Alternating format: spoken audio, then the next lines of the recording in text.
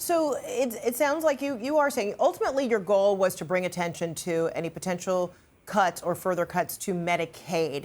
And you felt like you wanted to address this to the president head on. Um, were you expecting that there might be punishment like what would soon follow? Or what were your expectations? How did you think it would be received by the president and by the entire chamber? I was about to make my departure. I had my coat and my cane, and as I was collecting my portable items, the president indicated he had a mandate. And I was then taken aback. It was a trigger.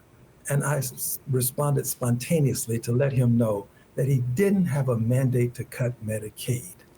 My expectations are always what John Lewis and I discussed when we talked about peaceful protest. One, you have to get in the way.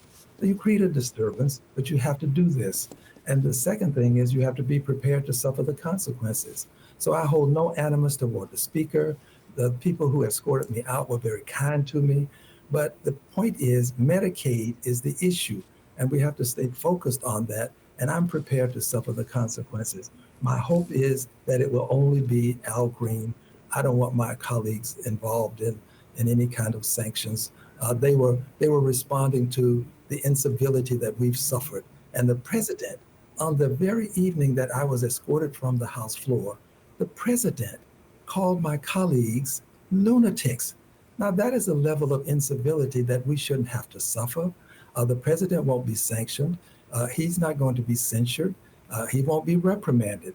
The president seems to have a pass when it comes to his inanity, not insanity, his inanity.